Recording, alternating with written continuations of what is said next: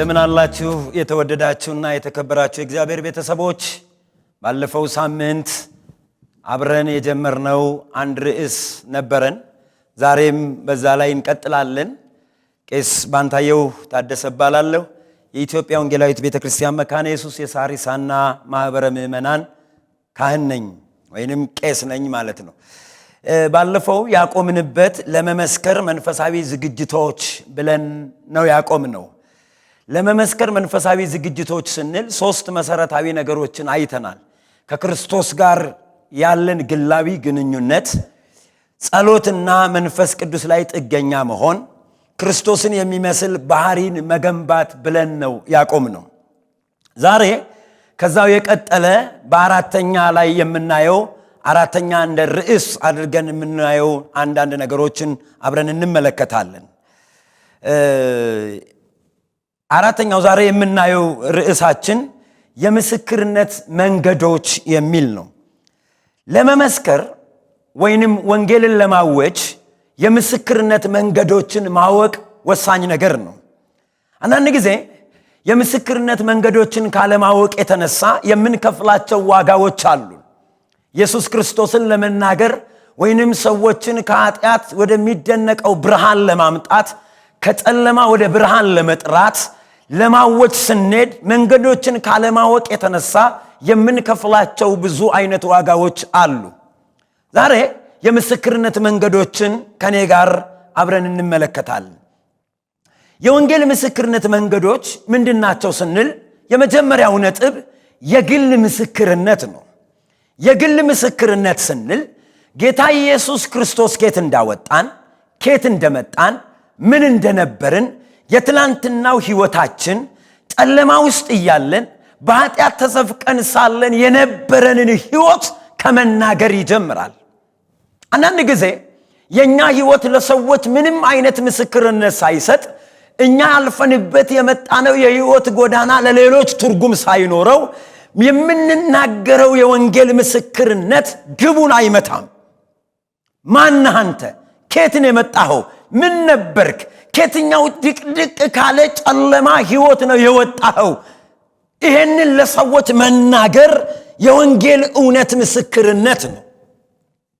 ሐዋርያው ጳውሎስ ስለ ራሱ ሲናገር በተደጋጋሚ እኔ ከኃጢአተኞችም ዋና ነበርኩ ይላል።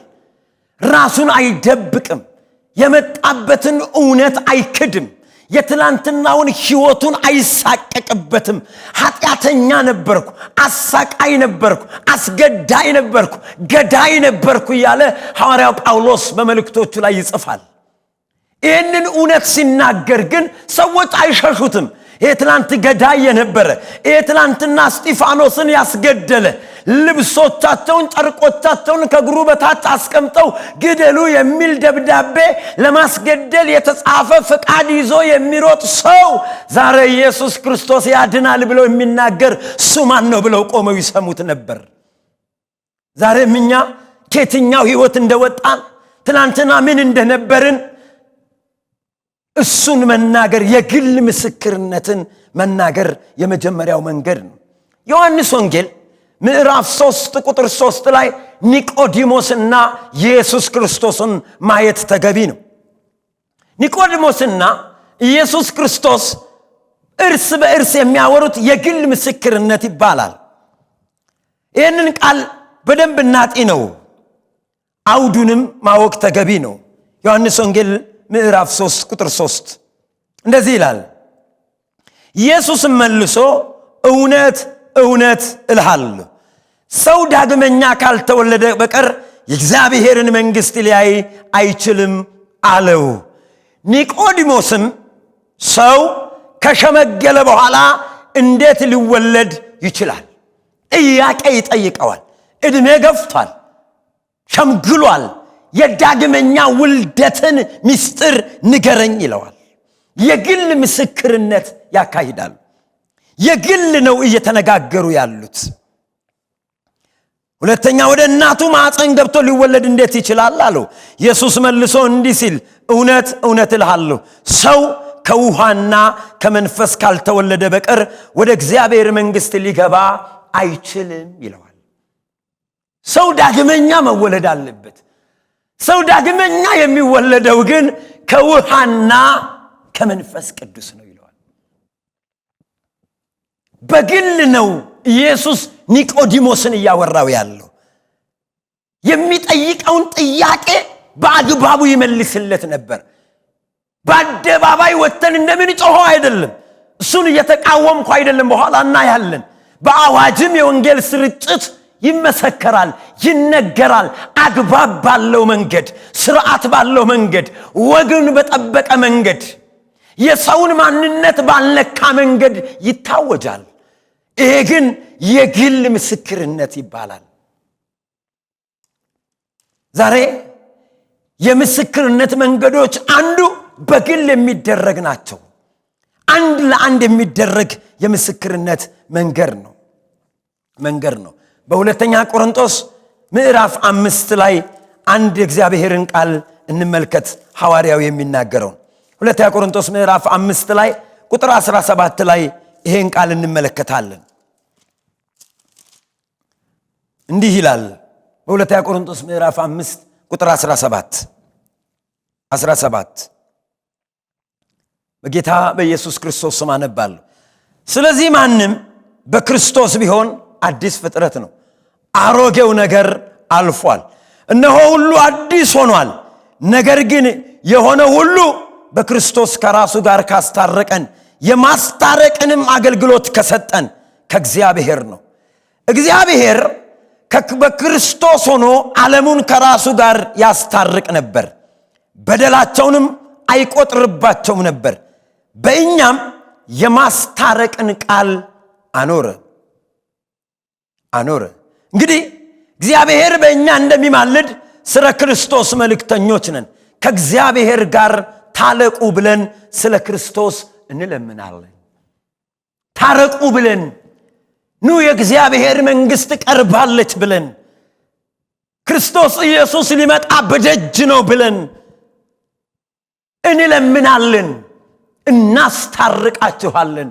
ዛሬም የእግዚአብሔር መንግሥት ቀርባለች ኑ ብለን በግል ሰዎችን እያገኘን የመናገር የምስክርነት መንገድ ይባላል።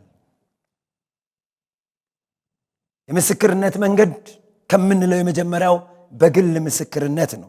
ሁለተኛው የአኗኗር ዘይቤ ወንጌል ነው። ወንጌል በአኗኗር ይመሰከራል።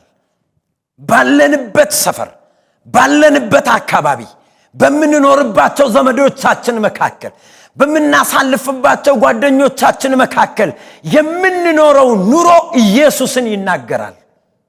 አንዳንድ ጊዜ ምልልሶቻችን ኢየሱስን የሚያሰድቡ ይሆናሉ። እሷን ብሎ ክርስቲያን፣ እሱን ብሎ ክርስቲያን፣ እሱን ብሎ እንደዚህ እስክንባል ድረስ ኢየሱስ በእኛ ላይ መልክ እስኪያጣ ድረስ ይሆንብናል ሕይወት። እንደሱ አይነት ሕይወት ኢየሱስን መናገር አይችልም። የአኗኗር ዘይቤያዊ ወንጌል አለ። የምንኖረው ኑሮ፣ የምናደርገው ተግባራችን፣ ምልልሳችን፣ ንግግራችን፣ ሕይወታችን ሁሉ ክርስቶስን የሚናገር መሆን አለበት። ነጋዴ ቢሆን በንግዱ፣ መንግሥት ሰራተኛ ቢሆን በሚሰራበት መስሪያ ቤት፣ አገልጋይ ቢሆን በአገልግሎቱ፣ በምንኖርበት ማህበረሰብ መካከል ኢየሱስን የሚናገር ዘይቤያዊ የወንጌል ሕይወት ሊኖረን ይገባል። ቅድም አንድ ነገር ተናግሬያለሁ። የምንናገረው የምንመላለሳቸው ምልልሶቻችን ሁሉ ሰዎች ያዩታል፣ ሰዎች ይሰሙታል። ማቴዎስ ወንጌል ምዕራፍ 5 ቁጥር 16 ላይ በምልልሳችን፣ በንግግራችን ከሰው ጋር ባለን ህብረት ቀረቤታ ኢየሱስን ማሳየት መቻል አለብን። የሚያሳፍር እውነት የለም እኛ ጋር። አንገት የሚያስደፋ ወንጌል የለም እኛ ጋር። ቀና የሚያደርግ ከጨለማ ወደሚደነቅ ብርሃን ያወጣን የክርስቶስ ኢየሱስ የምስራት ቃል አለ። ዛሬ ወገኖቼ የምትኖሩትን ኑሮ ዞር ብላችሁ ተመልከቱ። በሰዎች ዘንድ ምስክርነት ያለው ሕይወት አለኝ ወይ? ያላመኑ ቤተሰቦቼ ጌታ ኢየሱስ ክርስቶስን እንደ ግል አዳኝ አድርገው ያልተቀበሉ ጓደኞቼ፣ ዘመዶቼ፣ የቅርብ የሩቅ ሰፈሩ፣ መንደሩ፣ ሌሎቹ የኔን ሕይወትና ምንልስ አይተው ኢየሱስን በሕይወቴ ያከብሩታል ወይ? እናንተ የአባቴ ብሩካኖች የተወደዳችሁ በክርስቶስ ኢየሱስ ደም ሰው የሆናችሁ ምልልሳችሁ ኢየሱስን ይናገር። ስራችሁ ኢየሱስን ይናገር። ለዚህ ነው ዮሐንስ መንግስተ ሰማያት ቀርባለችና ንስሐ ግቡ ብሎ ሲያውጅ እየመጡ ንስሐ ሲገቡ ምን እናድርግ ሲሉት እናንተ በግፍ የሰው ገንዘብ አትቀሙ፣ ደግሞም ሰውን በግፍ አትግደሉ ያለ ሕይወታቸው እንዲናገር ይነግራቸው የነበረው። ዛሬም የተጠራብንን ጌታችንን መድኃኒታችንን ኢየሱስ ክርስቶስን አናሰድብ። የተገለጠብንን የዳንበትን እውነት አናስነቅፍ። እሱ ክብራችን ነው። እሱ መጎሳችን ነው። እሱ ሕይወታችን ነው። እሱ ደም ግባታችን ነው። እሱ ከተጣልንበት ያነሳን መኩሪያችን ነው። አንቱ የተባልንበት እውነት ኢየሱስ ብቻ ነው። እሱን አታስነቅፉ። በአናኗራችሁ በአናኗር ዘይቤያችሁ ኢየሱስን መግለጥ ወንጌል ነው። የምስክርነት መንገድ ምንድነው ካላችሁኝ፣ ሁለተኛው ይሄ ነው። የአናኗር ዘይቤያችን ወንጌልን ይናገራል። ሌላኛው የምስክርነት መንገድ ብለን የምንጠራቸው የቃል አዋጅ ነው። የቃል አዋጅ ነው። የቃል አዋጅ ነው። በቃላችን የምናውጀው ነው። በቃላችን የምንናገረው ነው። በቃላችን የምንሰብከው ነው። በንግግራችን ኢየሱስ ክርስቶስ ያድናል፣ ዳኑ ብለን የምናውጀው ነው። እሱ ነው ሶስተኛው የቃል አዋጅ ነው። ሮሜ ምዕራፍ 10 ቁጥር 14ን እንመልከት። ሮሜ ምዕራፍ 10 ቁጥር 14 በጌታ በኢየሱስ ክርስቶስ ስም አነባለሁ። እንግዲህ ያላመኑበትን እንዴት አድርገው ይጠሩታል? ባልሰሙትስ እንዴት ያምናሉ? ያለ ሰባኪስ እንዴት ይሰማሉ? መልካሙን የምስራች የሚያወሩ እግሮቻቸው እንዴት ያማሩ ናቸው ተብሎ እንደተጻፈ ካልተላኩ እንዴት ይሰብካሉ? ነገር ግን ሁሉ ለምስራች ቃል አልታዘዙም። በደንብ እናስተውል። ያለ ሰባኪ እንዴት ይሰማሉ? እንዴት ይሰማሉ? ያለ አስተማሪስ እንዴት ከማንስ ይማራሉ? ዛሬ የምስክርነት መንገዶቻችን አንዱ የቃል አዋጅ ነው። መናገር መቻል አለብን። ማስተማር መቻል አለብን። ማወጅ አለብን። እንግዲህ ያላመኑበትን እንዴት አድርገው ይጠሩታል? ያመኑትማ ላላመኑት ሊናገሩ፣ ሊያውጁ፣ ሊያስተምሩ ኢየሱስ ክርስቶስ የዘላለም መንገድ ሕይወት ነው ብለው ሊናገሩ ተጠርተዋልና። ስለዚህ የቃል አዋጅ የምስክርነት መንገድ ነው። ወዳጆቼ ኢየሱስ ክርስቶስን ባገኘው አጋጣሚ በተመቸልህ ጊዜ አንዳንዶች በቅንዓት እንደሚሰብኩት፣ አንዳንዶች ተናደው እንደሚናገሩት፣ አንዳንዶች ደግሞ እንደዚሁ ኢየሱስ ክርስቶስ ጌታ ነው ሲሉ በአንዳንዶች ጆሮ ውስጥ ሄዶ ማስደንገጥ እንደሚፈጥር ዛሬ ልትናገር ልታውጅ ይገባናል። ምን ብለን? ይህንን በዮሐንስ ወንጌል ምዕራፍ 3 ቁጥር 16 ላይ በስፋት ልናውጀው ልናወራው የሚገባው እውነት ነው። ዮሐንስ ወንጌል ምዕራፍ 3 ቁጥር 16 እንደዚህ ብሎ ይናገራል። ዮሐንስ ወንጌል ምዕራፍ 3 ቁጥር 16 በእርሱ የሚያምን ሁሉ የዘላለም ሕይወት እንዲኖረው እንጂ እንዳይጠፋ እግዚአብሔር አንድያ ልጁን እስኪሰጥ ድረስ ዓለምን እንዲሁ ወዷል። እንዲህ ብለህ አውጅ፣ እንዲህ ብለሽ አውጂ፣ እንዲህ ብላችሁ አውጁ። በእርሱ የሚያምን ሁሉ የዘላለም ሕይወት እንዲኖረው እግዚአብሔር አንድያ ልጁን ሰጥቶናል ብሎ ማወጅ። መንግሥተ ሰማያት ቀርባለች ንስሐ ግቡ ብሎ ማወጅ። የምስክርነት መንገድ ሶስተኛው ማወጅ ነው። በማወጅ ውስጥ ልንጠነቀቅ የሚገባቸው ነገሮች ግን አሉ። በማወጅ ውስጥ ግን ጥንቃቄ ልናደርግ የሚገባው እውነታ አለ። እነሱን በጥንቃቄ መመልከት ተገቢ ነው። አዎ አውጃለሁ። አዎ የአደባባይ የወንጌል ምስክርነት ወጣለሁ። አዎ የምስክርነት ጓዳለን ይዘንን ወጣለን። ግን ጥንቃቄ የሚጠይቁ መንገዶች አሉ። ምንድናቸው? በግልጽና ቀላል መንገድ መናገር። የሚያስጨንቅ መንገድ አትጠቀሙ። ወንጌልን ስታውጅ የሚያስፈራራ ነገር አትጠቀሙ። አንድ ቀን ያላመነ ወንድም ነበረኝ፣ ወይንም ያላመነ ወንድም አለኝ። አንድ መንገድ ላይ የሚያውጅ ሰው ያገኘውና ወንድሜ መንግሥተ ሰማያት ቀርባለች ይለዋል። መለስ አደረገና ይሄው ሰው ለኔ ወንድም ሲኦል አፉን ከፍቶ ይጠብቀሃል አለው። የኔ ወንድም መለስ አደረገና ግባበት አለው። አፉን ከፍቶ ይጠብቀሃል ሲለው ግባበት አለው። ቀለል ባለ መንገድ አይደለም የነገረው፣ የሚያስፈራራ ድምጽን የነገረው።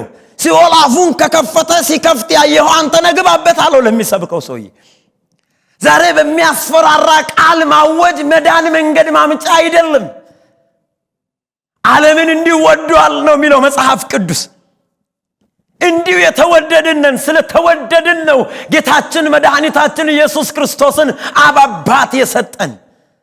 ዛሬ ስንናገር ቀለል እናድርግ፣ አናስጨንቅ። ብዙ ሰዎች ስብከቶቻችንን ይፈሩታል፣ ይጨነቃሉ፣ እናስፈራራቸዋለን። ወደ እውነት እንዳይመጡ መንገድ እንዘጋለን። ቀለል ባለ መንገድ እውነትን ግን እናውጅ። ሌላኛው በአዋጁ ልንጠነቀቅ የሚገባን ነገሮች የሌሎችን ጥያቄ በጥሞና ማድመጥ እንቻል። ተናጋሪዎች ብቻ አንሁን፣ ለፍላፊዎች ብቻ አንሁን፣ አዋጆች ብቻ አንሁን። ጥያቄ ያለው ሰው ሊኖር ይችላል። ቆም ብለን ጥያቄ ካላቸው እንስማቸው። አንዳንድ ጊዜ አዋጅ የምናውጅ ሰዎች፣ በአዋጅ ቃል የምንናገር ሰዎች ለሚሰሙን ሰዎች እንኳን የጥያቄ ጊዜ አናዘጋጅላቸውም። እኔ በዘላለም ሕይወት ላይ ጥያቄ አለኝ፣ የእግዚአብሔር መንግሥት እንደዚህና እንደዚያ ትመስላለች፣ ተናገር አስረዳኝ የሚል ዕድል አንሰጣቸውም። የሚያስደነግጥ አዋጅ ከመናገር አንዳንድ ጊዜ ቆም ብለን ጥያቄ ካላቸው በጥሞና መስማት ተገቢ ነው። ክርስቲያን ሰሚ ነው። ወንጌል ሰባኪ ሰሚ ነው። ኢየሱስ ክርስቶስ ይሄንን አስተምሮናል። ሐዋርያቶች ይሄንን አስተምረውናል። ይጠይቋቸው ነበር፣ ይመልሱ ነበር፣ ይጠየቅ ነበር። ጌታችን መድኃኒታችን ኢየሱስ ክርስቶስ ይመልስም ነበር። ዛሬ ሌሎችን ጥያቄ በጥሞና ማድመጥ፣ ለሚጠይቁት ጥያቄ ደግሞ ትክክለኛውን መልስ መስጠት የቃል አዋጅ ውስጥ ጥንቃቄ የሚፈልግ ነገር ነው። ሌላኛው እውነትን ለማረጋገጥ ቅዱሳት መጽሐፍትን መጠቀምን። እውነትን ለማረጋገጥ አንዳንድ ጊዜ የቃል አዋጅ ስናውጅ ወገኖቼ፣ መጽሐፍ ቅዱስን በቅጡ ያልተረዱ ሰዎች ወንጌል ሊመሰክሩ ወጥተው የተበሉ ብዙ አሉ፣ የቀሩ ብዙ አሉ፣ የጠፉ ብዙ አሉ። ለተጠየቁት ጥያቄ እውነተኛ መጽሐፍ ቅዱሳዊ መልስ መስጠት አቅቷቸው ያጣናቸው እህቶችና ወንድሞች ብዙ አሉ። ዛሬ እውነትን ለማረጋገጥ መጽሐፍ ቅዱስን በአግባቡ መጠቀም አለብን። ሐዋርያው ጳውሎስ በሁለተኛ ጢሞቴዎስ መልእክቱ ላይ በምዕራፍ 3 ላይ ቁጥር 16 ይህንን ቃል ያስቀምጣል። ሁለተኛ ጢሞቴዎስ ምዕራፍ 3 ቁጥር 16 ላይ ሁለተኛ ጢሞቴዎስ ምዕራፍ 3 ቁጥር 16 ላይ